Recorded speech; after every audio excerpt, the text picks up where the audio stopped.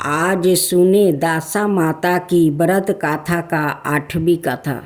जय दासा माता की। आज हम सुनाने जा रहे हैं पवित्र और चमत्कारी दासा माता व्रत कथा का 8वां अध्याय। कहा जाता है कि जो भी श्रद्धा और विश्वास से दासा माता का व्रत करता है और उनकी कथा सुनता है, उनके जीवन की हर बुरी दशा वो धीरे धीरे समाप्त होकर सुख शांति और समृद्धि में वो बदल जाती है। दासा माता अपने भक्तों की हर कठिनाई दूर करती है और उन्हें अच्छे दिनों का आशीर्वाद देती है। इसलिए चैत्र मास में विधि विधान से व्रत करके यह कथा सुनना बहुत ही पुण्यदायी माना गया है। तो आइए सच्चे मन और भक्ति भाव के साथ दासा माता व्रत कथा की 8वीं कथा का श्रवण करते हैं और माता से प्रार्थना करते हैं कि वो हम सभी के जीवन से दुख कष्ट और बुरी दशा को दूर करके सुख और सौभाग्य प्रदान करे। जय दासा माता की। पुराने समय की बात है कि एक घर में एक जेठानी देवरानी थी। वो दोनों निसंतान थी। वो मेहनत करके पेट पालती थी। दोनों व्रत पूजन कुछ भी नहीं करती थी। एक दिन दोनों प्रातः काल गांव में आग लेने गई। उस दिन गांव में दासा माता का पूजन था, इसलिए उन्हें किसी के यहाँ से भी आग नहीं मिली। आग ना मिलने पर जेठानी देवरानी से बोली, आज हम दोनों का भी व्रत रहेगा। शाम को आग मिलने पर ही रसोई बनाकर भोजन करूँगी।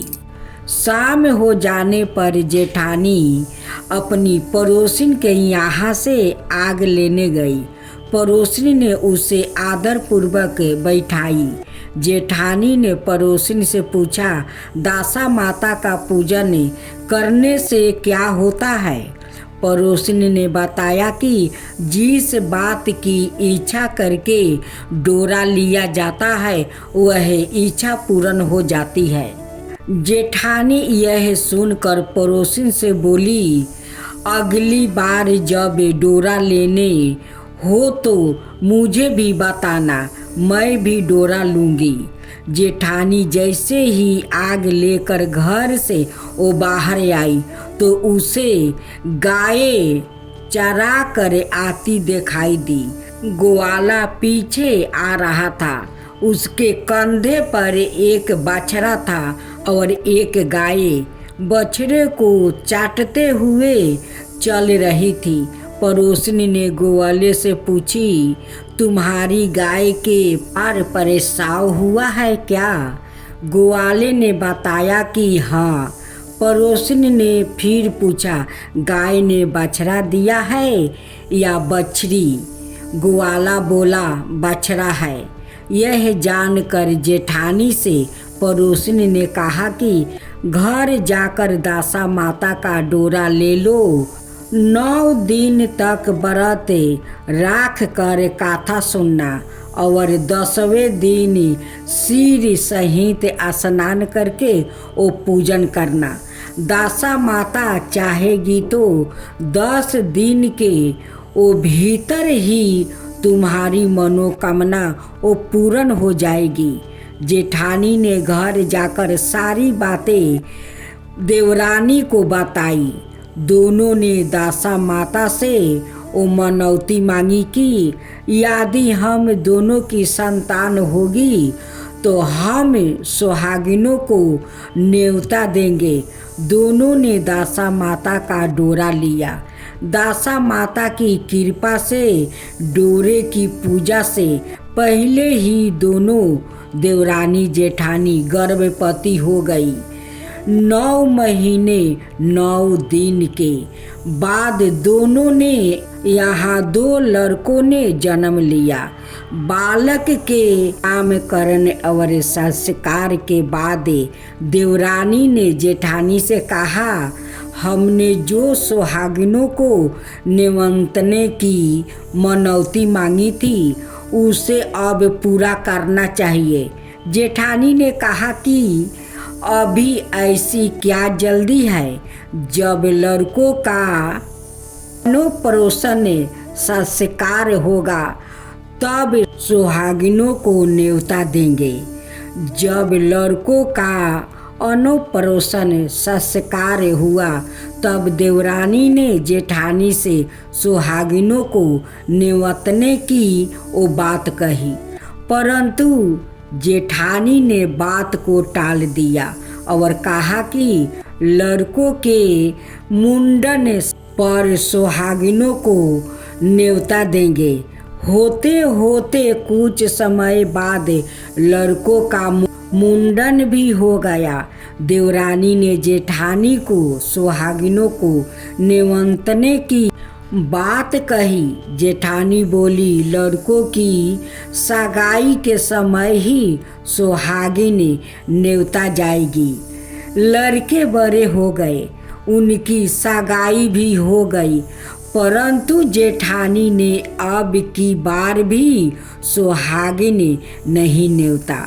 जेठानी बोली, जिस दिन लड़कों के फेरे होगा उसी दिन सुहागिन को न्योता देंगे। इस पर देवरानी बोली, बहन तुम्हारी जब इच्छा हो तब सुहागिन को न्योता देना, परंतु मैं तो लगन के दिन ही सुहागिन को न्योता दूंगी। देवरानी ने लगन के दिन ही सुहागिन को न्योता दिया, परंतु जेठानी ने कुछ भी परवाह नहीं की। लगन के बाद मातु का पूजन करके दोनों दूल्हे बारात सजा कर बड़े बजे सहित विवाह करने चल दिया। देवरानी के बेटे का विवाह बड़े धूमधाम से कुशल पूर्ण हो गया, परंतु जेठानी ने सुहागिन को न्योता नहीं दिया था। इसलिए दासा माता ठीक फेरे के समय उसे उठाकर वो ले गई। दूल्हे के गायब हो जाने के कारण वर कन्या दोनों हाहाकार मच गया। उसकी बारात खाली हाथ घर लौट कर आ गई, परंतु लड़की की माता बड़े संकट में वो पड़ गई। अर्धविवाही लड़की से कौन विवाह करेगा? पड़ोस की सुहागिन ने लड़की के माता को समझाया कि विवाह का जो सामान बचा है उस सामान को लड़की के हवाले कर दिया जाए। लड़की भिखारियों को सादा बरत देने लगी। एक दिन एक साधु तीर्थ यात्रा करता हुआ वहाँ आया। गांव से घने जंगल में एक पीपल का पेड़ था। लोग इस पीपल के पेड़ को पारस पीपल कहते थे। उसी पेड़ पर दासा माता का निवास था। साधु चलते चलते शाम को उसी पेड़ के नीचे वो ठहर गया। झाड़ूदार ने आकर उसी पेड़ के पास के मैदान में वो झाड़ू लगाई। गंगा जल से वहाँ पर छिड़कवा दिया और माली ने यह फूल बिखेर दिया। तब अनेक देवता अनेक प्रकार की वो पोशाक पहन कर वो आने लगे और स्थान पर बैठने लगे। सबसे बाद में स्वर्ग के राजा इंद्र का सिंहासन उतरा। इसी के साथ स्वर्ग की अप्सराओं आकर सिंहासन के चारों ओर वो नाचने लगी। उसी समय अधविवाही लड़के को गोद में लेकर दासा माता पीपल के पेड़ से वो नीचे उतरी। इंद्र के साथ सरग से एक दूसरा गाय भी आई थी। उसने 2 गिलास दूध दिया था। लड़के ने अधविवाह के भाग का 1 गिलास दूध अलग रख दिया गया। दूसरे गिलास का दूध भी वो पी लिया। जब तक अप्सराओं का नाच गान होता रहा, दासा माता लड़के को गोद में लेकर बैठी रही। प्रातःकाल होते ही देवताओं का दरबार भंग हुआ। साधु भी वहाँ से चलकर गांव में आ गए। साधु महाराज गांव में भिक्षा मांगते मांगते अधविवाही लड़की के घर पर पहुंच गया। लड़की ने आदर पूर्वक साधु को बैठाया और भोजन तैयार किया। लड़की ने 3 पत्तल परोस कर राखी। पहली पत्तल अधविवाही अपने पति की लिए राखी। दूसरी पत्तल बाबा जी के सामने राखी और 1 पत्तल अपने सामने राखी। बाबा ने अपने आप कहा, वहाँ जो बात मैंने रात वहाँ देखी वही बात यही भी देखने को मिल रही है।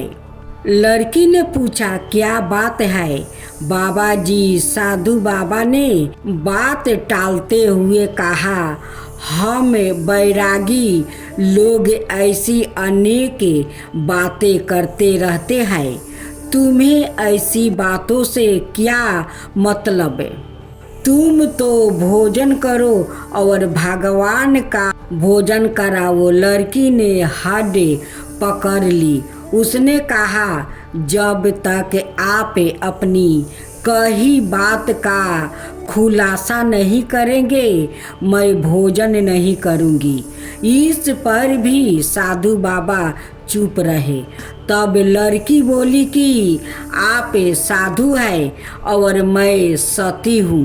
आप यहाँ तो अपने कथन को स्पर्श कीजिए कि आपने रात में क्या देखा था, नहीं तो मैं आपको शराप दे दूंगी। तब साधु बाबा ने रात का सारा खिस्सा कहकर सुनाया। यह सुनकर लड़की ने बाबा के साथ पीपल के पेड़ के पास जाने का वो निश्चित कर लिया। साधु बाबा आगे आगे चले और लड़की उनके पीछे पीछे चलती रही। साधु बाबा लड़की को पारस से पीपल के पास छोड़कर वो चले गए। संध्या होने पर नृत्य की तरह जमींदार ने झाड़ू लगाई। भिश्ती ने अपनी मस्तक से पानी का छिड़काव किया और माली ने फूल बिछाई। देवताओं के राजा इंद्र आए। अप्सराओं का नाच गाने प्रस्ताव हो गया। उसी समय दासा माता पीपल के पेड़ पर से उतरकर दरबार में बैठ गई। लड़के ने सूरा गाय का दूध लिया और 1 गिलास अधविवाही लड़की के लिए वो रख दिया। जैसे ही लड़का ने दूध का गिलास मुंह पर लगाया, त्यों ही लड़की दूसरा गिलास हाथ में लेकर वर के सामने आ गई। वह बोली, अपना भाग लेने के लिए मैं उपस्थित हूँ। मेरे लिए क्या आज्ञा है? मैं सेवा करने के लिए तैयार हूँ।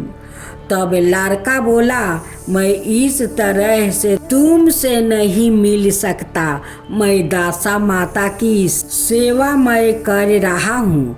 मुझे अभी दरबार में जाकर दासा माता की गोद में बैठना होगा। यदि तुम्हें मुझसे प्यार है तो दासा माता को प्रसन्न करके उनसे मुझे अपने लिए मांग सकती हो, तब मैं तुम्हारा हो सकता हूँ। लड़का दूध पीकर दासा माता की गोद में जाकर बैठ गया। लड़की अप्सराओं के साथ नाच गाने वो करने लगी। जब सवेरा हुआ तो दासा माता ने इस नई लड़की को बुलाकर पूछा, तुम कौन हो? तुम्हारे नाचने से मैं बहुत प्रसन्न हूँ। जो कुछ मांगना है मांग लो। लड़की ने दासा माता से वचन ले लिया कि मैं जो कुछ मांगूं वो आप मुझे प्रदान करेगी। तथास्तु कहने के बाद लड़की ने दासा माता से अपने पति को वो पकड़ कर कहा, मुझे यही चाहिए।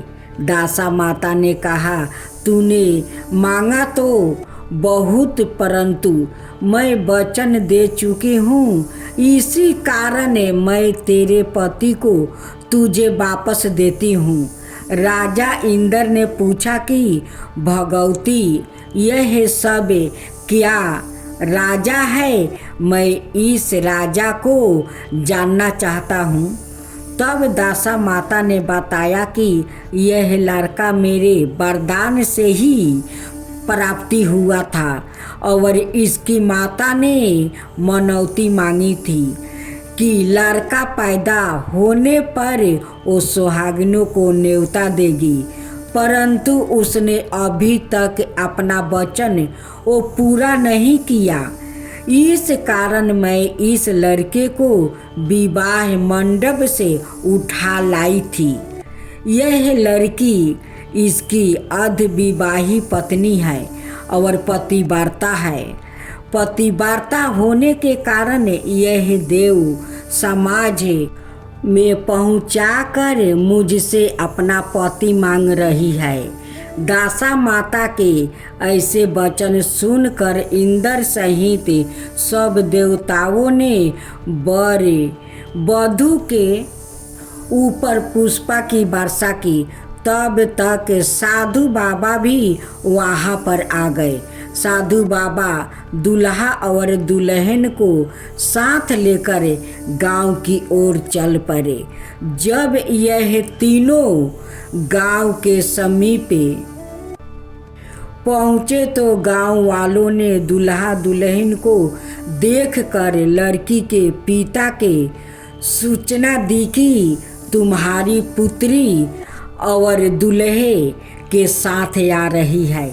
जिस दिन से लड़की चली गई थी तो उसके लोग के ताने के डर से वो बाहर निकलना वो बंद कर दिया था।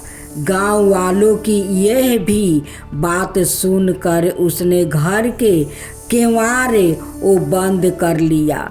उसने समझा लड़की साधु बाबा के साथ आ रही होगी, इसलिए लोग मेरा उपहास कर रहे हैं। जब गांव के बेआकितों ने भी वही बात बताई, तब उसने घर के केवाड़ खोले और बाहर निकला। जब उसने चुपचाप अपने द्वार पर लड़की और दामाद को खड़े देखा तो उसकी प्रसन्नता का ठिकाना न रहा। लड़की के पिता ने इस खुशी को मौके पर बहुत दान पुण्य किया और फिर से विवाह की तैयारी की। लड़की ने अपनी माता से कहा कि इस तरह से विवाह नहीं होगा। पहले दूल्हे की माता सुहागिनों को न्योता देकर बारात लेकर आए, तभी विवाह के नेग पूरे किए जाएगा। लड़की के पिता ने लड़के के घर पर वो खबर भेजी। लड़के की माँ ने पहले सुहागिनों को न्योता दिया, तब बाराती चल पड़ी। धूमधाम से विवाह हुआ। वर वधू दोनों अपने घर पर आ गए। वधू की खुशी में लड़के की माता ने दोबारा सुहागिनों को न्योता दिया। उसी समय से विवाह के दिन वर के घर पर सुहागिन का न्योतने की प्रथा चल आ रही है। दासा माता ने जिस तरह सती की दासा बदली, वैसे ही सभी का कल्याण करे। आरती दासा माता की। आरती श्री दासा माता की। आरती श्री दासा माता की। जय सतचिति आनंद दाता की। भयो भंजनी और दासा सुधारनी। पाप ताप काली कैले से विदारिणी। सूरभ लोक में दासा बिहारिणी। जय पालिनी दिन जनन की। आरती श्री दासा माता की। आरती श्री दासा माता की। अखिल विश्वानंदी विधायिनी। मंगलमयी सुमंगलदायिनी। जय पवन पर में परिदायिनी। मिया रंग रस रंग रेली की। आरती श्री दासा माता की। आरती श्री दासा माता की। नीत नंदे भयो आलेहादीनी आनंदे घने आनंदे परासादिनी। रसमय मने उन्मादिनी सरस कमलिनी। विष्णु आदि की। आरती श्री दासा माता की। आरती श्री दासा माता की।